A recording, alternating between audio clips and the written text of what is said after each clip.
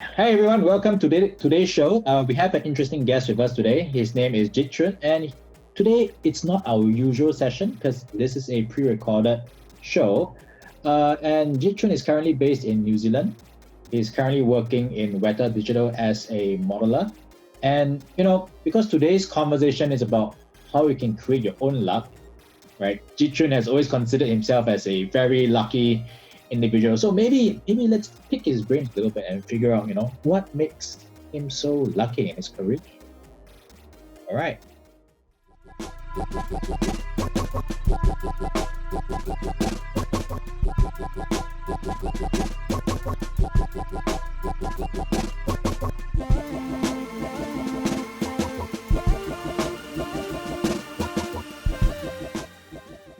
Hey, Jichun, how are you doing? Hi everyone. Nice to meet you. Nice to have you here. Thank you so much for coming on to the show. Thanks for having me. No worries, no worries. So how was your week today? Yeah, week was pretty good. Busy at work, but it's weekend now, so it's all good. Yeah, weekend is all good. So Yeah, you're currently 4 hours ahead of Singapore, right? 4 hours. 4 hours. Yeah, And I mean, just now we were chatting, like, the weather is a little bit colder. It's turning into winter it's over winter there. now, so it's Okay. it's getting pretty cold. Yeah. Okay. That's kind of nice. So, like, I think in our previous conversation, you were saying that you see yourself as a lucky chap, right? Of sorts. Yes, I am.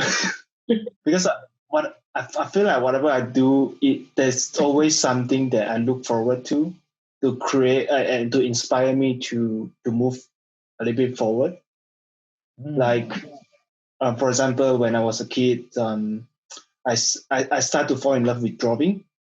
I don't really want to become like a modeler or anything, but I just start with drawings, and I look at the one of the that picture dictionary, and I look at it as like, oh, I have to try to train myself to draw every single picture in the picture dictionary, and I managed to do that for the whole book.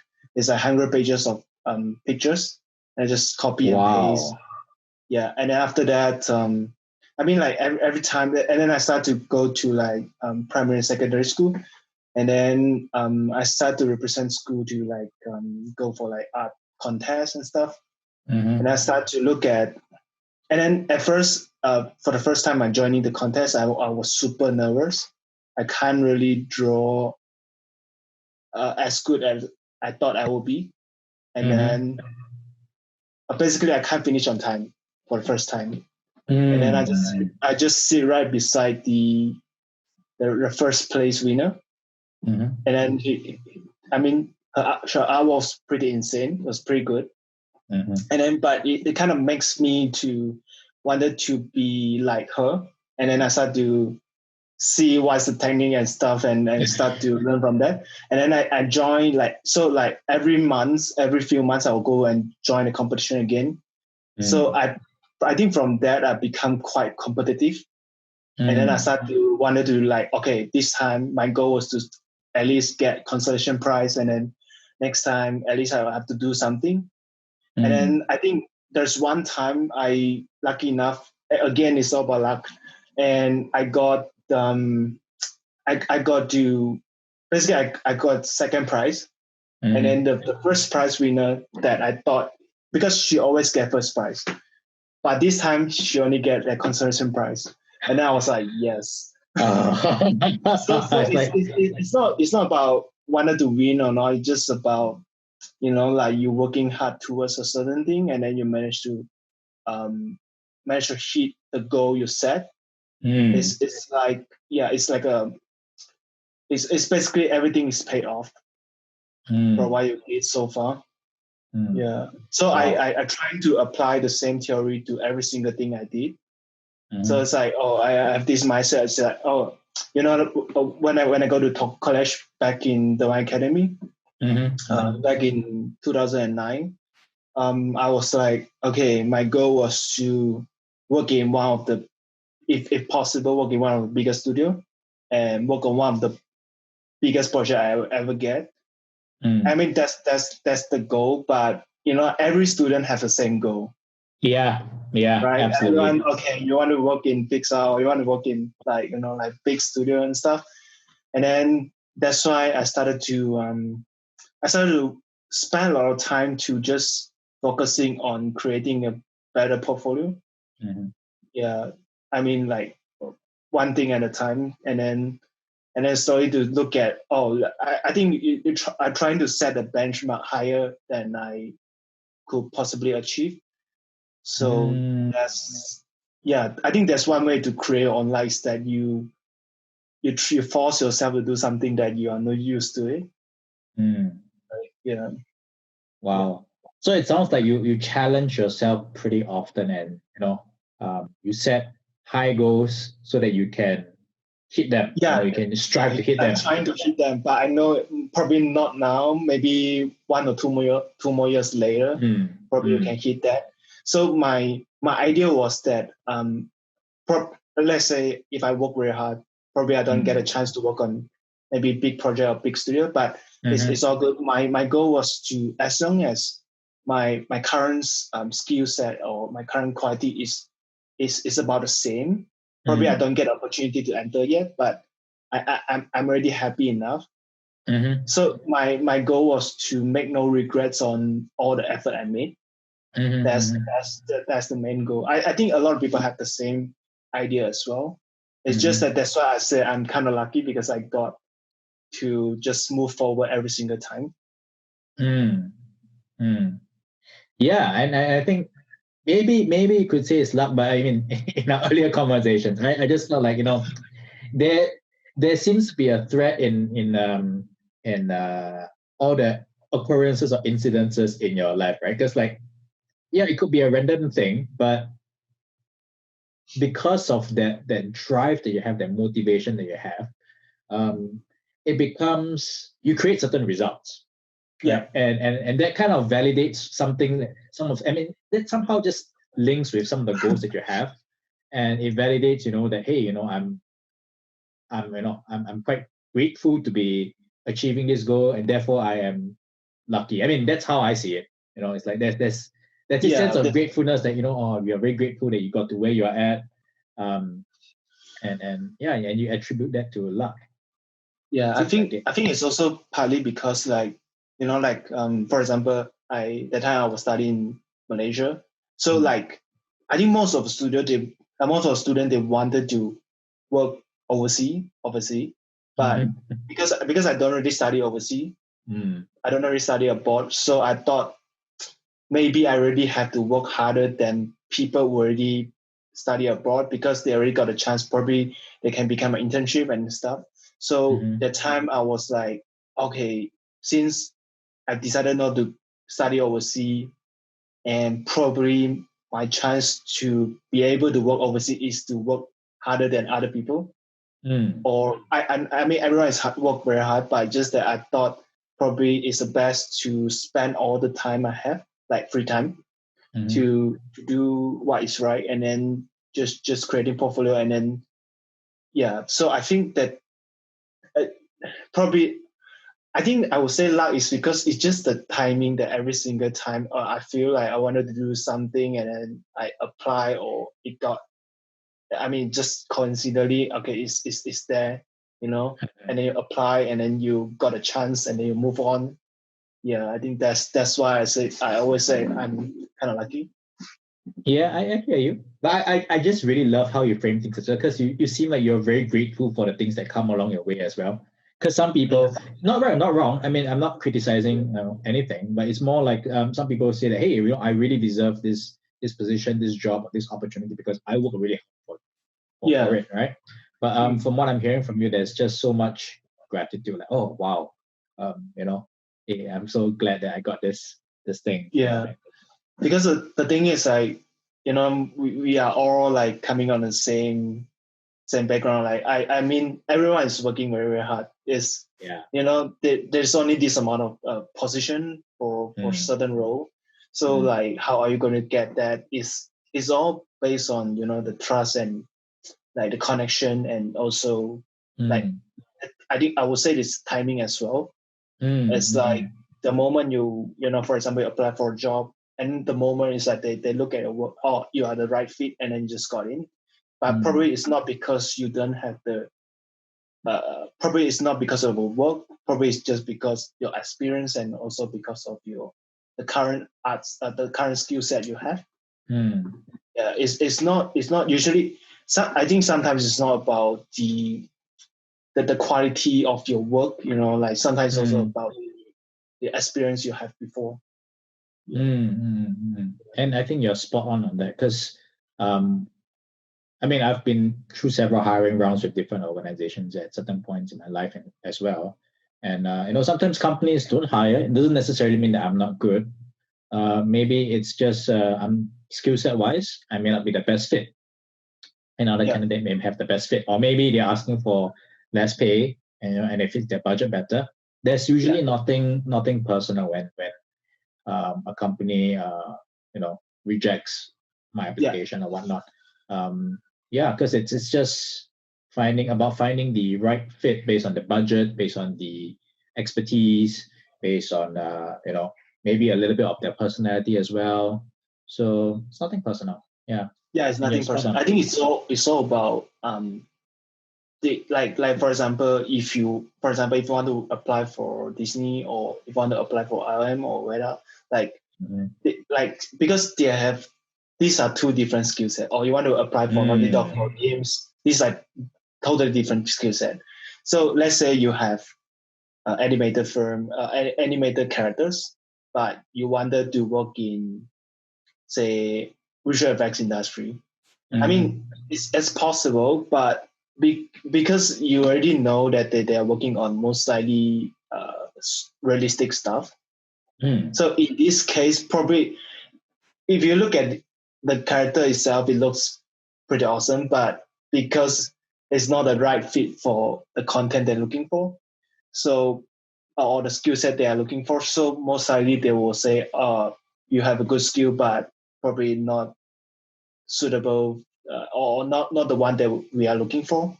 So it might kind of loses a chance for you to enter as well. Like because I always love cartoony stuff. I'm still now loving cartoony stuff, but I knew I'm going to work for visual effects, so you still need to do like more realistic stuff as your portfolio. Yes. Because sorry, because when I was a student, or I just graduate, I always think that if I have a good portfolio, no matter what kind of style I should able to get it. Like for example, I've cartoony work, but I apply for visual effects. You should able to get in as long as I have good cartoony stuff. But it's not the way. You need to hit whatever they're asking for. So you're saying that your default, or rather your preference, is a cartoony kind of look for the designs, right? But because you're working in VFX, they want things to be realistic. You kind of have to bend it to fit their mold. I think the best is like if you really still, like for example, I'm still loving cartoon stuff. I mean, as an artist, I'm still able to do it maybe during my free time, but because it's also about work and job, you want to secure. It's like and again, if you, for example, if you only know how to do cartoon stuff, but when it comes to real work, you might find a little bit tougher because you can't really do all the realistic stuff. Then it might makes you in a pretty bad position if you, long-term wise. Wow. Yeah, I totally hear you on that. That is super important for especially young or fresh graduates who have no idea how to enter into the industry. Knowing your client is part of the battle to create your own luck, right? Because if you're just sending your work in without any research, there's a higher chance of rejection and failure because you need to know what they want. You need to meet their needs. Yes, exactly. And if you can meet their needs, then there's a higher possibility of being able to work with all these big companies. Yeah, exactly. Yeah, I mean that's super important. Yeah. Yeah. I think. Yeah. Sorry. No, you're Go saying. ahead. You're saying. No, I mean, I think it's also like I feel like a lot of people, they will, for example, they will look down of, for example, I mean, it's not look down, but more probably they don't really like their current job. For example, they want to work in, for example, film, but they're working on TV series now, for example. But I think you just have to pick the things that you learn from, for example, TV series, because TV series is all about speed, and also it's all about, I mean, like episode, like kind of like turnover quick kind of stuff. So you just have to learn all the skill set from there. Probably not so much on the skill itself, like probably not so much on the art itself, but you can learn a bit from the production itself, and then you can bring that mindset towards when you got a chance to work on film. I mean, it kind of helps a bit because you know where to save time. I mean, it really helps you. Like people who work on commercial, probably they're like super fast paced, and then so when they're working on film, they might be in a good shape because they have more time to improve the stuff, right? But let's say you are only starting as one skill set. I mean, so I think the best is to learn every single experience you have from different field, and then you combine all together, and then you just make it your own. Yeah, I think that's the best one. Yeah, that's actually pretty cool. I mean, I really like how you actually frame it, because sometimes taking something that may be unrelated to the field that I'm interested in, yes, may actually be beneficial further down. I may not be able to join the dots right now, but maybe sometime later on, hey, the skill set that I have will be really relevant. I think that for me has been applicable in my career as well. When I did storyboarding, and because I do a lot of storyboards and generate things very quickly. So I think that has really helped me to be efficient when it comes to drawing stuff. Yeah. And when I'm doing like larger drawings, right? Yeah, it really helps a lot, because the skills that I've taken from there is transferable, and that helps me become a quicker artist. And of course, because quicker, I can do more work, which is great. Yeah. Exactly. Yeah. So I think what you said is super important as well. Like never underestimate the current position. Yeah, that's the word. Because I mean, a lot of what we do is kind of like, especially since we're in the creative line, even though I could be from advertising, or even though I can be from film, the main thing is still the same. We are trying to tell stories. Yes. Right. One is in a 3-hour long format. Maybe one is in a 3-minute commercial or 30-second commercial. It's a different format. They have different functions, but it's still pretty much the same thing. Storytelling hasn't changed that much over eons, right? We are still just trying to inspire people, trying to get people excited, trying to people feel something, tell a story. The craft is more complex with the tools that we have. But essentially it's still the same. It's just to move people and to make them feel things. Yeah, exactly. Yeah. So it's never underestimate that. Loving that. Cool. So like I'm wondering, like in your life, have there been other things that have that were unexpected but turned out to be very helpful for you in your own goals? I think, let me think about it. I think like most likely it will be I think it's something to do with my weight. Like because I used to be a very fat kid. I always a fat kid. I really can never tell that when you call yourself a fat, I really cannot tell that. My heaviest kg I ever hit was 105 kilogram. Dude, if I met you on the street for the first time, I will never ever know that. I think that's the turning point. It's like, like I never thought I can slim down. Basically you don't know that. So what happened was because we had to go to national service in Malaysia back back in days, just for 3 months. It's like, yeah, That's so good, man. 3 months yeah, compared that's not to good. 2 years. And because we have, I kind of like have nothing to do over there. So my bunkmate would say, okay, how about we just go running and I just start running for the first month, and I started to lose 7 kilogram. And I was like super surprised. And then I just keep on doing that. And then it turns out after the camp, I just lose like 20 kilogram. I was like, wow. So I think that the turning point was, wow, you never thought. And then I think after the slimming down process, I feel like, okay, I mean, if you set a goal, I think everything can be happen as long as you set the goal that you really want to become a certain thing.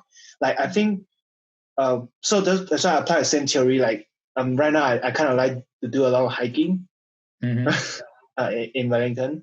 So I think it's like there's some hike that's pretty tough, but if you set a goal that almost there, you always have a mindset that it's almost there, but I mean, you will definitely get there, probably 8 hours later. But you, I mean, you just try to brainwash yourself that it's getting there. And I think recent these 2 years, I'll be joining a lot of marathon as well.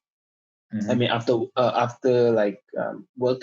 So I think a marathon thing is a pretty cool thing because I used to only run 7 kilometers from my home to the city along the bay in Wellington. And then usually I'll just take a bus back later because I'm kind of tired and lazy. But there's one time I forgot to bring the, like we call it snapper card. It's like the transportation card. And then I forgot to bring that. So I just ran back. So there's a 14 kilometer. And then I was like, okay, if I manage to do 14 kilometer, okay, again, the competitiveness of myself coming back again and say, if I'm able to do 14 kilometer, how about I'm joining a half marathon, 21 kilometer, to see where I am at. So, and then I just got it, and then I joined it. I don't care. I don't really do much of the training. I always do a training, but I don't really do like 21 kilometers before. I joined it, and then I managed to finish the run within 2 hours. And then I was like, wow. It's like you don't know you're able to do that kind of stuff, before. But because the constant training and the constant things that you do most of the time, that makes you I think that affects the result as well. Yeah. Yeah, but it's super intriguing. Like, what motivates you to have this drive to be so competitive? Or I wouldn't say it's competitive, but it's like this drive to just, I want to do better. I want to can do better than this. Where did that come from? I think partly because, for example, running is like, there's always a lot of elderly people, they joining the run as well. Or like the parents or the parents with stroller, with the kids in the stroller, and then they run, they basically overcut you every single time. It was like, okay, if they manage to do that, or the elderly people, if they manage to do that as well, and then you feel like, wow, I'm not that old, but I should be able to do that, I mean, it kind of keep inspire you that to do better, because people, I think the good thing about running or hiking or this kind of stuff is that you knew that if you stop running now, people are going to overcut you. So it's like you give you a mindset that you never stop. I mean, as long as you are still keep moving, you will reach the end point. But you stop now, then you already ruined all the kilometer you already ran before. Wow. So I think that makes you have the mindset that, okay, you have to finish that. Dude, I'm seriously still impressed by this conversation. It's like, for me, it's incredulous because usually, I mean, Singapore, we do have our own national service as well. And I remember there was once we have this commander, the commanding officer of the unit, right? We were doing like, our fitness tests and whatnot. And he's like in his late 40s, maybe early 50s, right? Yep. And bloody hell, he was beating like everyone else in terms of like shuttle Yes. runs, Yes. right? Push-ups. And because he's so fit, he's like, just do it. And he's like, okay, well. And you still remember how I felt. I'm like, oh, yeah, like what you said, right? Like, gee, this guy is way older than me. Yeah, You know, way and older than me, but he's he's so much stronger more than me. fitter. Yeah, so much stronger, right? But I think what I differ in with you is that, I look at it and I go, okay, great. I don't necessarily identify with being as fit as him because I don't think that's something that I'm interested in. But I'm like, Yeah. wow, I'm impressed. I want to be fitter. But I think my level is not as high as yours. Like, yo, you go all out, man, to win. It's like, yeah, man, I will be better than that super fit guy, and that is still what impresses me because I think that is extraordinary. Like, is that common in your family? Is that trait common in your family? I think I don't know. I think it was okay. Like my family was quite chill. It's not as it's not as competitive as I did. But Mm. I don't think myself as competitive. I just feel like for example when I start working, that time I was a junior artist in Read and Use back in days. So I was just sit right beside my leads and all the seniors. I just feel pressure because like after a week they finish the whole character. I just finished like a small little props and it's not done yet. There's still a lot of pixel to do, but they already finished the whole thing. So at that point I was like, wow, there's a big gap between me and him. So I feel like then my goals start to set like, okay, after a year I want to have the same speed as my senior or my lead. And then I feel like, okay, because I don't want to I don't want to make them look bad, because we are part of the team, right? Yeah. We want to be like, oh, we are as good, we are not like, I'm not the one who dragged them down. So that makes you feel like, okay, and because they work very fast, so this is why I pick up all the speed and efficiency. And then like I think again you apply the same theory to every single stuff you made. Yeah, I think that's the mindset I always have. But I'm also like curious, like you mentioned about setting goals, right? Did you learn it from somewhere or did you just intuitively pick that up and say, you know what, I need to set goals to become better at it? I think it's also because I always I feel like I'm quite a disciplined person. As I was said, like because I joined like a lot of club back in secondary school. Oh, what kind of clubs? It's not. It's like it's CCA, a little bit like right? scout. Oh, okay. Yeah, Boys something brigade? like that. Is it like boys brigade or something like that? Yeah, similar. But it's a boys cadet. Yes. Yeah, so I joined that, and then so we have to do a lot of discipline work, like you have to do like marching and stuff. So I think it kind of makes me a different kind of person as well. So again, it's very I know if I set goal, I have to be disciplined, I have to stick to it, and then until I reach a certain point. Yeah, I think that makes it a little bit different. Yeah. Yeah, I totally get that. Like, being disciplined and I think you National Cadet Course or something like that, right? National Cadet.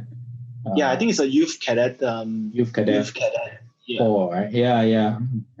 I mean, that really, those kind of stuff, they really hone in on the drills and getting your, whatever, the arms drill, marching, all those drills. Yeah, those are really, really disciplined uniform groups. Yeah, I think another thing to basically set a goal or basically create your own luck is to because at the time I was a student, I love to watch like like you have the sort of like idol artist that you admire, like you want to be like them, and then probably they will start to share of some of their thoughts, and then you will just pick up from here and there, and then you will look at other stuff again, and then you will pick like here and there again. So and then after that you will combine every single thing, and then you will become what you think is right, and you work towards it.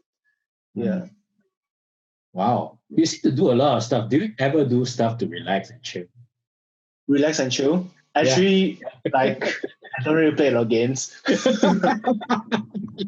Because the thing is about games is that I love games, but it's just I think that time I was like, oh, because I knew game is going to spend a lot of time playing games, and then I will just stop not playing games at all, and just focusing on creating my own work. I think that's also I get a bit more time than some people. Yeah. But what inspires you? Sorry, you're saying, please. Okay, no, that's fine.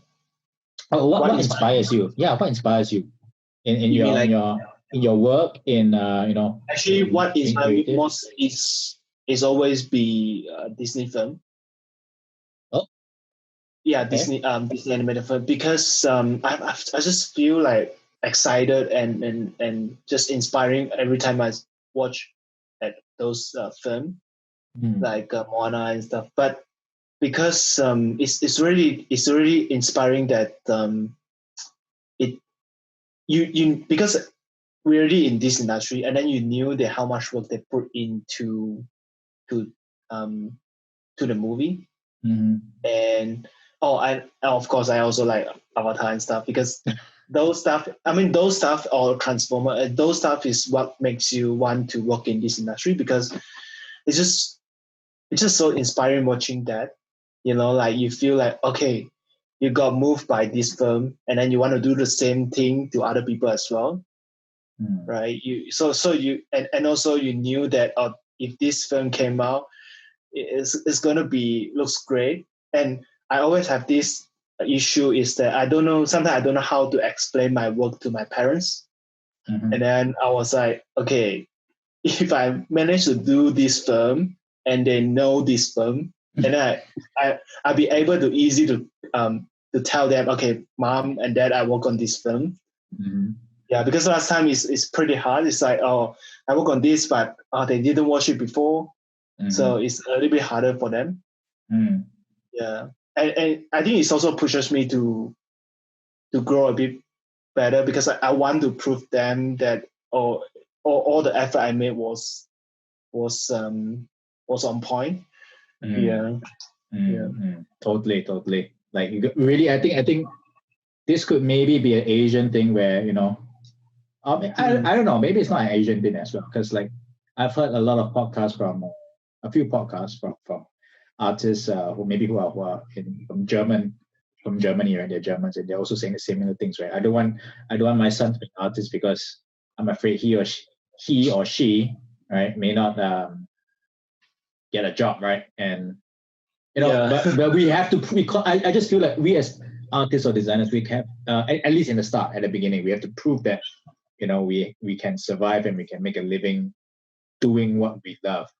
Yes, exactly. Yeah. Well, I feel quite interesting that by working on a film, you can actually justify the parents and say, "Hey, I work on this film. Let's go watch this film." And what my work is all about. I've been working on this. So yes, and then it's also pretty inspiring to see. I mean, your credit at the end. I mean, like, and then your parents start to realize, it's. I mean, you are really working on this thing. Because the thing is, like, like last time when I was studying, and then I started to work in different company, and then they will feel like, why are you just always in the room and then just doing all the works, and then like they don't really see the point that time, But when you apply to what you have today, they will feel like, oh, maybe it's worthy. Yeah. So what was the first film that you worked on that they saw your name on the credits? I think the first one who have I think it was Motor Engine. Motor Engine. Recently, just released like 3 years ago. Yeah. And how did they react when they saw your name on the credits? It's just I hope they are happy, but because at the time my whole family was flying to New Zealand, and then we watched it together. Oh wow! we were in we were watching together. I think that was quite a good experience. Yeah. Yeah. Oh, wow. Wow, that's fantastic. Was it a premiere? No, it's not a premiere, but Not premiere. Okay. because they never visit to New Zealand before, so I thought, Ah, and the time I was having like a 2-3 weeks break, and then we thought probably we just go like a road trip or in New Zealand. wow, dude, but that's still pretty amazing because you've been working in this industry for about 8 years, right? And that's Mortal Engines Uh, was just 2 to I 3 would years. say Research X wise is about 4.5, but Hmm. most of the time I've been working on animation TV series. Right, right, right. And that's the Yeah. first time where they saw like your name in some sort of credit justifying, like Yes, this is yes, my final product. yeah. Wow. Because before that I was working on some research X firm, but because I don't really contribute as much, Mm. like sometimes you don't really get credits and stuff. But this Mhm. time is the first movie that I feel like okay, I kind of contribute quite a lot, and then I just see my name on the credit. It's just feel pretty good, Wow. Yeah, Pretty awesome. Cool. yeah. Okay. I think we're kind of like closing to the end of the show today. I'm just wondering like is if there is something that you could say to um a younger person on how do they create their own luck, what would you say to them? I How can they be was as lucky as you? I would say if I think this day is a lot more straightforward. Is that let's say I think you already, for example, you want to work in say Pixar, like for example, or Disney. So I think the main goal was to study what the company work, right, and then you try to create a similar style to what they have. At the same time, you enjoying creating those work. I think the most important thing is to you enjoying creating the work that you love. At the same time, it can help you to um, grow as an artist. I Mm. think that's one point. And the second point is like stick to what you have right now, right? Because some people they were like, okay, I just want to work on games. I don't want to work on TV series, for example. I Mm. want to work on Mm. TV series, but I don't want to work on commercial. I think the best is to stick with what you have and then learn as much as from the current job, Mm. because from there you can pick up the speed, you can pick up the production knowledge, and you can pick up the pipeline. And then when you have the transition, when you have opportunity to transit to other things that you want, Mhm. and then you can apply it to the job as well. I think it will help you be more efficient and be more productive in a way. Yeah, and Mhm. also because the moment I think the artwork, the personal artwork, and the um the professionalism and or like what experiences come hand in hand. Mm. So I think the best is you have both growing together. So Mm. as a recruiter point of view, they will see like, oh, probably you have like work here before, and then you have Mm. this personal one is looking pretty good, and then they will start Mm. to rethink about that. So Mm. again, is try. I think it's try to um, always keep moving. Yeah, Mm. just don't. Mm. I mean, like some people will say, oh, probably I apply for 50 company and then they don't reply to me. Okay, that's it, done. I mean, you just have to keep moving and then see which one works for you. Mm. Yeah. Right, right. So keep trying, keep moving, and at the same time be intentional about or do the research, right, Yeah, on do the research. company And that you want to work with. yeah, I think the most important thing is to set your goal very steady. Like, I really want to work on this thing if Mm. possible. Yeah, because the thing is like things will always get changed. Like Mm. it might be, for example, after you try for 5 years or 6 years, probably you don't really get the result that you want, Mm. right? You will start to lose faith, and then you start to, you know, I mean, it happens to me as well. I used to apply like 50 studios, and then only one replied to me saying that I'm quite junior, but I'm a junior at that time, so it makes sense. But so you just have to go. I mean, keep moving. Yeah, I think that's the only thing to make your luck is just to keep moving. Okay, so maybe this is one question that relates to goals. Like as you're talking about goals, right? Like what kind of goals do you make? Do you like make long-term goals or short-term ones to keep yourself moving? Because like sometimes people, like especially for younger audiences, right? Like I can set up a New Year resolution and it can be a very big goal.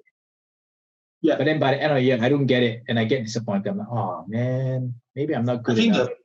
For me, it's like I always said like, I wouldn't say long term, but it's like maybe 5 years.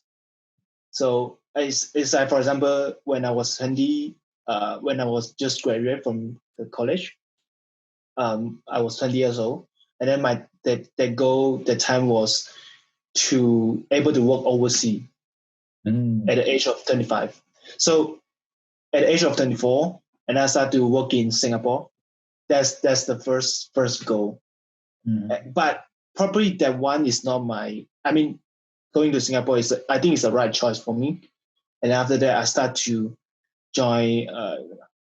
And I started to got the opportunity because I work in the company. Again, it's all about luck. Because I work in a company in Singapore, and then there's one colleague. He told me, "Oh, there's an opportunity in China. Do you want to go?" I'll say yes, yeah, sure, why not? But and then I just applied, and I just got in. I went to China, and then again, because I mean the time and then again because I went to China, I kind of applying to somewhere else again, and then this makes me what I am today. Yeah, I think it's all about the like you don't know what's next, but you're always ready for that if anything happen. Yeah. So it sounds like being flexible and open is so important. Yes, and also you have to be. I mean, I know it's very hard. For me, it's also very hard as well. So sometimes you work on something that you don't really like or you don't really enjoy. You will feel like kind of frustrated or anything. But you just have to know that it's not always what you want. I mean, you can't really get what you want most of the time. Yeah. I think there is. I've heard something like that before. You can't always get what you want, but you always get what you need. Yeah, you always get what you need. Like for example, right now I need a job because I need money to pay my. I read it somewhere from a book. Like, yeah. So you can't always get what you want. But it's from I think it's from a sci-fi book that I read. You can't always get what you want, but you always get what you need. Yeah, and exactly. Then that will lead on to other things because as long as you're open and you're a good person to work with, people may bring you elsewhere. Yeah. Yeah, like for example, like I mean, because the industry is kind of small, it's very small, and then like for example, you know this guy, and then this guy know this guy, and then you start to know each other like we knew each other. Right now we knew each other because of Sabrina, and it's like okay, like things are connected, and then I think the best is to, I mean just be optimistic at everything. Yeah. I think the best for the creating a lot is to be optimistic. because that is great. Because if you are very pessimistic, and then you will feel like it's not going to happen to me because like I love one documentary. I think I believe everyone should watch it. It's called Law of Attraction. Oh yes, okay. Yeah, because I feel like that one is quite true though. Like if you can imagine yourself being there, most likely one day you will be able to do that, and you will get that. I think that's the I think that's the thing I like. Yeah. Wow. Yeah, I think that's a really great way to round off this session. Thank you so much. Because the laws of attraction and optimism and positivity. Just staying optimistic. Don't be too. Especially this period of time. Absolutely. Yeah. So staying optimistic, staying positive, and always looking forward to what's ahead of your own goals and what's ahead of you, and being open to things that may come along your way. Yeah. Yeah, those are probably some really good tips to create your own luck. And awesome. Thank you for sharing those. No worries.